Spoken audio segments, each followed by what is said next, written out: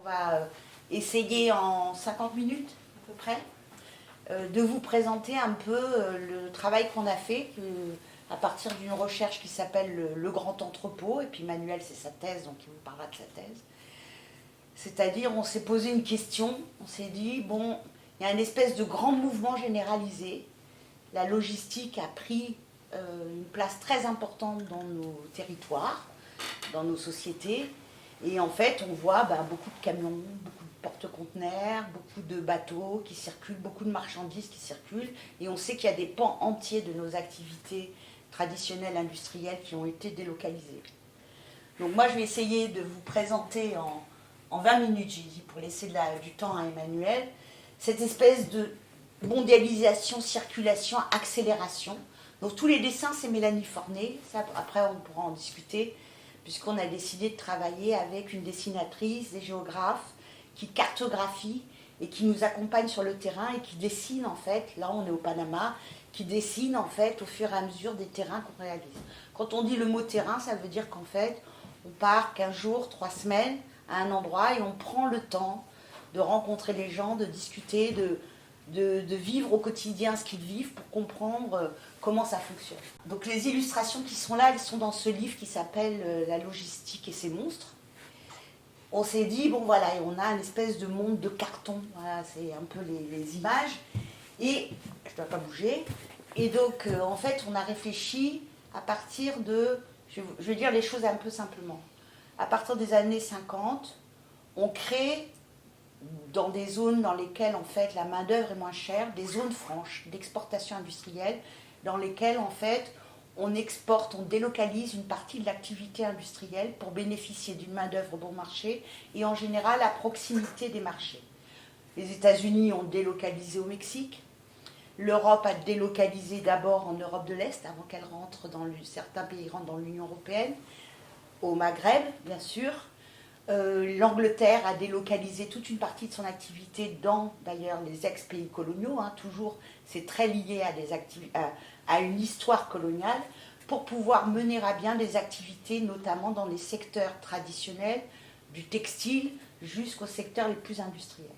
Et on passe, moi j'aime bien cette métaphore, du château, c'est-à-dire de l'usine château dans lequel il y a toutes les fonctions à l'intérieur de l'entreprise, au réseau.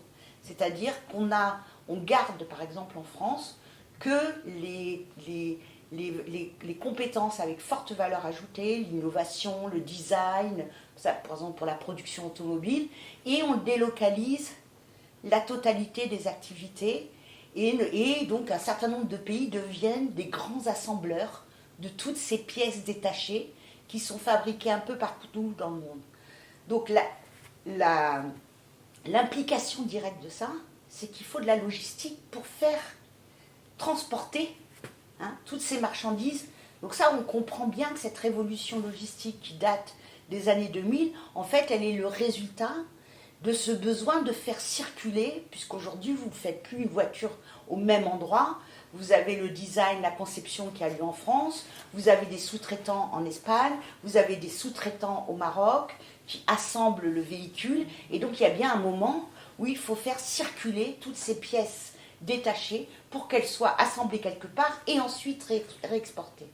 Donc on voit bien que le mouvement en fait est devenu une industrie. C'est pour ça qu'on l'a appelé la révolution logistique. C'est pas nous qui l'avons inventé, ce terme. C'est-à-dire on dit la logistique a été ce qu'a été la révolution industrielle du 19e, du fin du 19e siècle. Le 20e siècle est une révolution logistique et encore plus portée par tous les outils que vous utilisez tous les jours, de votre téléphone portable jusqu'à votre ordinateur, c'est-à-dire avec des interfaces numériques qui vous permettent d'être en relation avec toutes ces entités. Vous avez vu au moment de la crise du Covid ce qui s'est passé, notamment puisqu'il y avait un blocage d'un certain nombre de circulations, et donc du coup les entreprises se sont dit, putain, mince, la logistique, la communication, parfois le recrutement, tous ces services-là qui étaient en interne dans mon entreprise ont été délocalisés, et aujourd'hui j'ai besoin vraiment que toutes ces activités reviennent au sein de l'entreprise, parce qu'en fait on ne maîtrise plus la chaîne de production. Donc ça c'est le grand bouleversement, qui implique qu'il y a une industrie du mouvement. Nous, voilà, je vous montre les terrains sur lesquels on a travaillé. Alors on aurait pu travailler sur plein de points dans le monde, mais on fait des équipes et on fait aussi en fonction de nos compétences.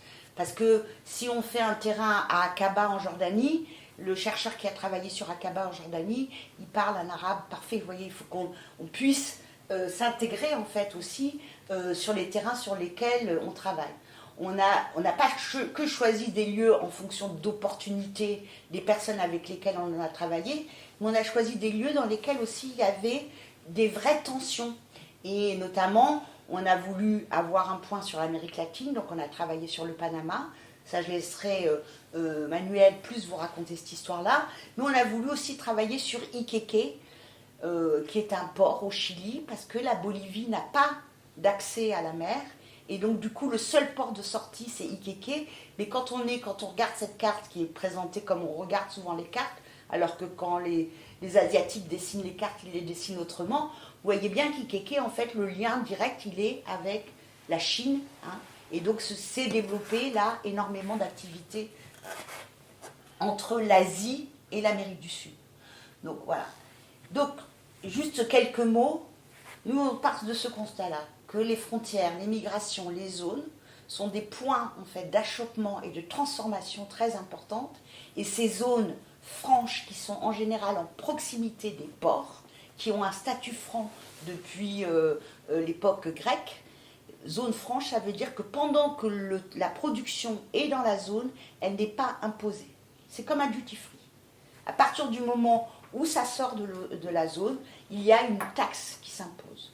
Donc effectivement, il est beaucoup plus intéressant pour les industriels de produire dans des zones franches, donc il y en a beaucoup dans beaucoup de parties du monde, et en plus, ces zones permettent aussi de capter une main-d'œuvre qualifiée, bon marché. D'accord ? Et donc, c'est joué et c'est mis en place des territoires productifs qui sont transnationaux. C'est-à-dire que, je ne sais pas si vous regardez, si vous allez en Espagne, vous voyez que toute la production de tomates, en fait, elle est récoltée par des travailleurs marocains qui viennent sous contrat. Moi, dans ma région, dans les Côtes-du-Rhône, pareil, ce sont des contrats organisés sous douane avec des travailleurs qui viennent pour 6 mois, qui sont délocalisés. Donc, on ne délocalise pas que la production, on délocalise aussi les travailleurs. Donc, ce grand mouvement implique toute une logistique qui est afférente à ce mouvement. Et bien sûr, les migrations ne sont pas que des migrations, on va dire en termes de circulation et de mobilité, mais ce sont des migrations de travail qui sont organisées depuis le XIVe siècle. Vous avez toujours eu des migrations de travail qui sont organisées par les États, mais aussi par les entreprises, par les architectes, on va les appeler comme ça. Avant, c'était les capitaines de guerre, hein, qui organisaient en fait les migrations pour réaliser une œuvre. Depuis les années 70, il y a beaucoup de choses qui ont changé, notamment en Europe, avec la volonté de stopper avec ces régimes migratoires de travail où on empêche les gens en fait d'avoir une famille, c'est-à-dire qu'ils ont une trajectoire dans le pays dans lequel ils exercent qui n'est qu'une trajectoire professionnelle, mais leur trajectoire sociale, familiale doit rester au pays du départ. Donc pourquoi on utilise ces frontières, migration et zones ? Parce qu'effectivement, la démultiplication des frontières, où on est passé de 60 frontières avant la Seconde Guerre mondiale à presque 148 frontières, c'est-à-dire que les frontières permettent, tout comme la France et la Suisse, hein, où en fait on vit en France et on travaille en Suisse. C'est-à-dire qu'il y a des différentiels économiques qui font que les populations, en fait, cherchent des avantages, les entreprises, des avantages fiscaux qui vont leur permettre, effectivement, de jouer ces différentiels.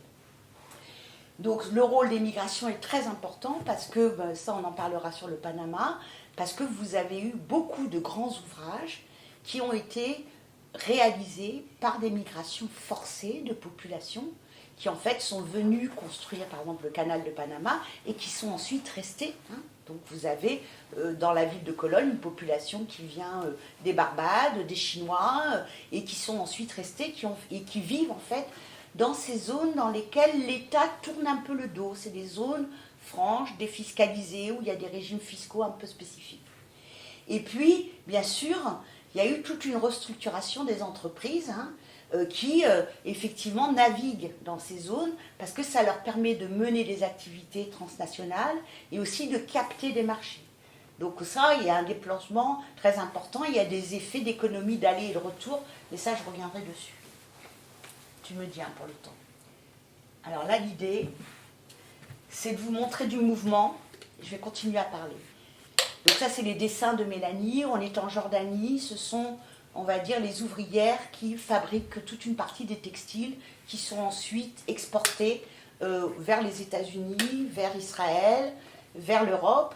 Hein. Donc on est dans une zone franche d'exportation industrielle dans lesquelles en général les salariés vivent. Nike par exemple a ces grandes entreprises en Jordanie de production de baskets. Et donc les salaires sont à 3 dollars jour. Hein, d'accord. Donc vous voyez l'intérêt de jouer sur un marché du travail transnational. Et aujourd'hui, quand on vous parle de mondialisation, il y a deux formes de mondialisation. Il y a une mondialisation heureuse, on va dire quelque part, où finalement il y a une mobilité de circulation, et puis il y a une organisation mondialisée qui en fait tire parti des territoires, de leurs spécificités pour mener des activités. Là on est à Marseille, c'est Amazon, c'est un sous-traitant d'Amazon. D'accord. Donc l'idée c'était pour vous montrer le mouvement. Là on voit d'ailleurs, c'est 4 heures du matin, voilà, comment on travaille aussi, comment on arrive à rentrer un peu dans les lieux dans lesquels, par exemple, toute la logistique à Marseille s'est installée dans les quartiers nord, les quartiers les plus populaires. Hein, et donc, en fait, il n'y a aucune installation autour, il n'y a que des entrepôts qui se sont développés. Donc, une autre des énigmes à laquelle on a fait face, et vous avez vu ça partout dans votre territoire, c'est le développement dans ces zones, énormément d'entrepôts. Vous voyez des entrepôts qui naissent de partout, et dans lesquels, effectivement, parce que quand il y a du mouvement, il y a des temps de stockage. C'est pas vrai que c'est du flux, du zéro, on est au Panama là, du flux tendu en continuité. Il y a bien des moments où on stocke. Et quand on stocke ces marchandises, elles sont stockées dans différents endroits en fonction, effectivement, du territoire aussi, l'intérêt de les stocker sur ce territoire. Parce que quand on stocke, vous imaginez des textiles qui sont déjà produits et qui ne sont pas encore vendus, il vaut mieux les stocker dans une zone franche où ils ne sont pas taxés que de les mettre à circuler. Et donc parfois vous avez beaucoup de marchandises, notamment les textiles, qui sont déjà finalement, qui ont perdu de leur valeur avant même d'être distribuées. C'est-à-dire qu'il y a une importance de la production qui est plus... Là on est au Panama. Ce type de centre de logistique, d'organisation de carton qui circule, vous pouvez trouver exactement les mêmes partout dans le monde aujourd'hui. C'est le même principe d'organisation. Et vous avez, là on arrive sur Tanger. Voilà, donc en fait c'est un espèce de mouvement pour vous montrer ce mouvement que ça a créé, que ça a impliqué de délocaliser des pans entiers de l'industrie et qui implique qu'il y a la nécessité d'avoir une circulation. Donc là, Tanger Med est devenu aujourd'hui un des hubs les plus importants. Il est en train de capter du trafic, on appelle ça, le trafic maritime, et fait concurrence à certains ports espagnols. Et là, vous avez une circulation qui n'est pas la circulation, vous avez vu les camionnettes, c'est une circulation, donc là, il y a une thèse, une de nos collègues qui a fait sa thèse là-dessus, sur les petits transporteurs, en général marocains, qui traversent toute l'Europe et qui font circuler toute une série de marchandises. Là, on est sur le port d'Iquique au Chili. Voilà, donc tous ces espaces sous douane se ressemblent beaucoup dans leur mode d'organisation. Et effectivement, on a un port, vous savez, il y a la partie autonome qui appartient à l'État, et ensuite vous avez des opérateurs privés, en fait, qui organisent la circulation. Donc là, vous avez à la fois des entreprises chinoises, des entreprises états-uniennes, qui en fait ont un certain nombre de containers, donc ils sont opérateurs pour pouvoir organiser la circulation. Donc l'idée, c'était de dire que ce grand mouvement, bien sûr, par son organisation, a transformé. Là, on est à Orange, près de chez moi. Vous voyez, ça circule aussi en train. Donc, de voir comment cette grande circulation se met en œuvre et comment elle est organisée, qui sont ces travailleurs de la logistique, et comment, en fait, s'organise tout ce marché. Alors, la question, là, on est de nouveau entre la Bolivie et le Chili. Voilà. Donc, vous avez des flots de camions qui circulent en fait d'un pays à l'autre pour acheminer les marchandises. Et bien sûr, la difficulté qu'on voit et qu'on rencontre, c'est qu'en fait, la main-d'œuvre qui travaille dans le secteur de la logistique est une main-d'œuvre quand même en général sous-payée, qui est dans des conditions de travail quand même en général très difficiles. Et là, on se retrouve dans le désert d'Atacama, au fin fond du Chili, dans lequel vous avez, ça donne un peu le tournis, mais dans lequel vous avez en fait des déchets textiles, puisque tous nos habits de recyclerie, de fringues de seconde main, états-uniennes, coréennes et européennes, terminent en fait au Chili, dans lequel elles sont traitées. Là, vous avez des travailleurs intermédiaires, des boliviennes, qui achètent au kilo les fringues de seconde main et qui vont ensuite les diffuser à dos de femmes dans tous les confins de l'Amérique. Mais il y en a toute une partie qui se retrouve en fait et qui termine dans ce désert d'Atacama au Chili, dans lequel en fait c'est brûlé, c'est perdu, voilà. Et il y a encore quelques personnes qui travaillent là pour trier les déchets, les brûler, etc. Donc vous voyez, ce sont des zones, elles se ressemblent beaucoup, hein. En général, vous avez la prison, l'entrepôt. Vous n'avez pas comme en France, dans la région de Sorgue, le centre de dialyse et l'EHPAD, mais pratiquement, hein, vous avez l'entrepôt. Voilà. Donc on est dans ce monde de mouvement qui s'organise. Et nous, ça nous paraissait être une des curiosités. Super. Des curiosités. Donc, le stockage. Quels sont les enjeux? C'est-à-dire, où est-ce que les matériaux sont stockés de façon intermédiaire? Cette géographie des routes commerciales qui évolue en fonction des crises, hein, parce qu'on voit bien qu'à partir du moment où il y a une crise, il y a un blocage, il y a une situation politique compliquée, notamment vous avez vu le canal de Suez peut-être, voilà, des moments où les routes en fait sont entravées par des crises, et puis des opportunités de territoire dans lesquelles en fait on peut stocker des choses, et puis vous avez de nouveaux acteurs, de nouvelles façons d'organiser le travail en fonction des compétences, et des liens qui se tissent. Alors nous, en France, on appelle ça du travail au noir ou de l'économie illégale. Moi, je pense qu'il faut sortir de ça. Il faut parler d'économie populaire, c'est-à-dire que là où les chiffonniers en Égypte sont très bien vus et très bien acceptés par la société parce qu'ils contribuent par une organisation au quotidien de la gestion des déchets des citoyens, et il faudrait qu'on assume que les gens qui font un peu les poubelles et qui organisent les déchets, par exemple en France, puissent être vus comme plutôt faisant partie d'une société dans laquelle leur travail contribue à l'amélioration de notre gestion du quotidien. C'est-à-dire qu'on n'externalise pas tout le temps, mais plutôt qu'on a avoir quelque chose d'inclusif qui permet effectivement de réfléchir sur ces économies populaires, où, selon les territoires et les acteurs, vous voyez se développer en fait des compétences. Il n'y a pas que des gens en situation de précarité. On a rencontré des logisticiens, y compris des jeunes, la génération des cadras, là, qui ont été des grands joueurs derrière leurs ordinateurs, qui s'éclatent à faire le métier de forwarder. Le forwarder, en fait, c'est quelqu'un qui organise dans tel conteneur, on va mettre telle chose, telle marchandise. Voilà, donc il y a aussi des tas de métiers qui s'organisent, mais très souvent, en fait, les métiers, on va dire, d'économie populaire qui permettent vraiment l'organisation de tout ce flux. Par exemple, l'entreprise que vous avez vue, qui est un sous-traitant d'Amazon à Marseille, tous les jeunes qui étaient là, beaucoup des quartiers nord de Marseille, qui travaillaient. D'abord, il y avait 3 types de populations. Des jeunes des quartiers nord de Marseille, des cadras nomades, moi je les appelle comme ça, c'est-à-dire des gens qui ont choisi de faire une rupture avec leur mode de vie et qui veulent travailler 6 mois dans un entrepôt et 6 mois ils vont faire de l'agriculture, etc. Donc c'est des choix de vie importants. Et vous aviez des gens presque à la retraite qui n'avaient pas suffisamment cotisé et qui venaient compléter en fait leur retraite. Donc il n'y a pas que des jeunes dans ces centres de logistique, mais ils ont signé, on les a poussés vers le CDI, parce qu'on leur dit ils ne veulent pas le CDI. Moi je leur dis restez en intérimaire ou en CDD. On les a poussés vers le CDI, ils ont signé des contrats, mais il y avait une clause de mobilité, et tout d'un coup Amazon a dit c'est plus rentable, on va installer l'entrepôt d'Amazon à Bolène, 140 km. Ils n'avaient pas vu la clause de mobilité, donc ils ont été licenciés pour faute.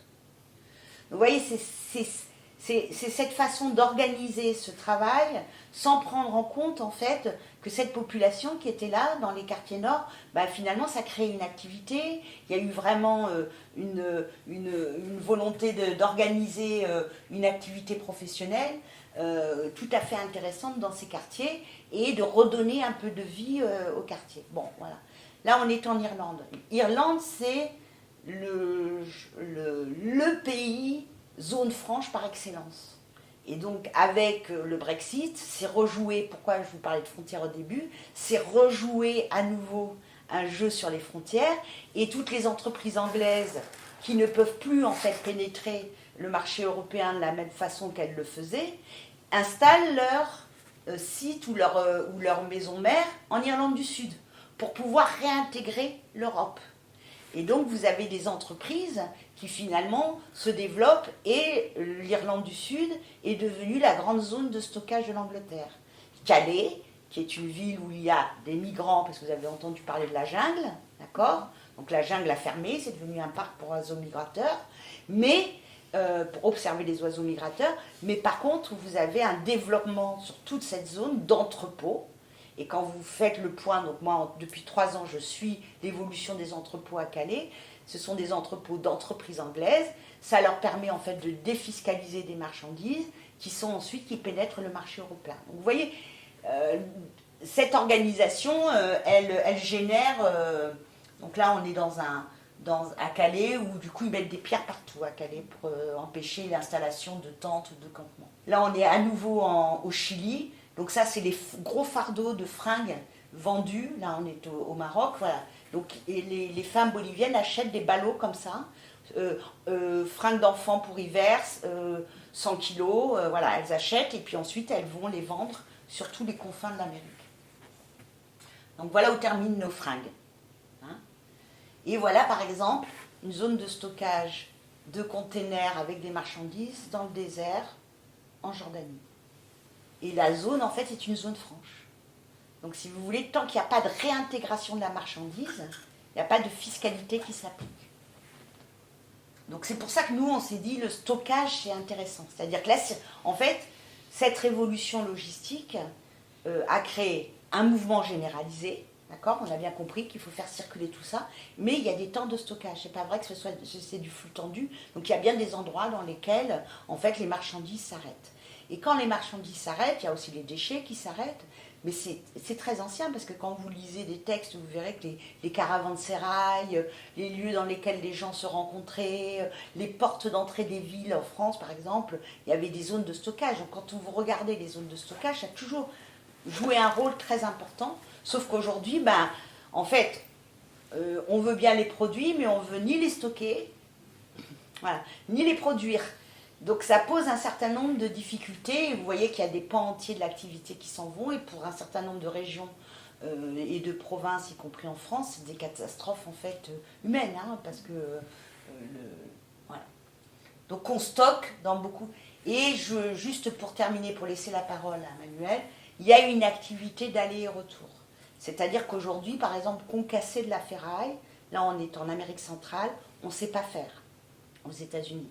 Donc on envoie la ferraille en Amérique centrale, elle est concassée et elle repart. Et donc se constituent ce que moi j'appelle des faiseurs de frontières, des intermédiaires de l'emploi, qui en fait c'est toute une série de fonctions de personnes en fait qui travaillent autour des frontières ou du passage des frontières. Donc la figure du passeur, le vilain méchant dont vous entendez que parler, n'est pas que quand on parle de Frontex et des migrations, on vous dit c'est des passeurs, c'est des brigands, c'est de la mafia, etc. Oui, le passeur fait partie d'une chaîne en fait. La migration est aussi une espèce de fabrication dans laquelle en fait c'est comme une usine, hein, la migration, ça rapporte beaucoup d'argent à beaucoup de gens et pas qu'aux passeurs. Voilà. Puisque vous, pour aller au Guatemala, vous payez 700 €, à la rigueur, vous faites refaire votre passeport. Voilà. Par contre, un Guatémaltèque qui veut aller voir sa famille aux États-Unis, d'abord il n'a jamais de visa, et donc du coup il est obligé de payer 5 000 € pour passer parfois dans des conditions dans lesquelles c'est dangereux. Donc on ne veut pas faire circuler tout le monde. Donc ça c'est le forwarder. Voilà, je vais demander à Mélanie de dessiner dans le petit livre La logistique et ses monstres, on raconte un peu ces portraits. Donc moi, on a discuté avec des jeunes, hein, beaucoup, qui font de la logistique et qui en fait s'éclatent complètement, qui sont des geeks délirants, qui ont certainement eu un apprentissage informatique et qu'en fait, qui s'amusent énormément dans l'organisation de toute cette circulation, des containers, comment il faut les remplir, du vrac là, etc. Donc vous avez des métiers dans lesquels les gens prennent du plaisir. C'est pour donner une touche positive.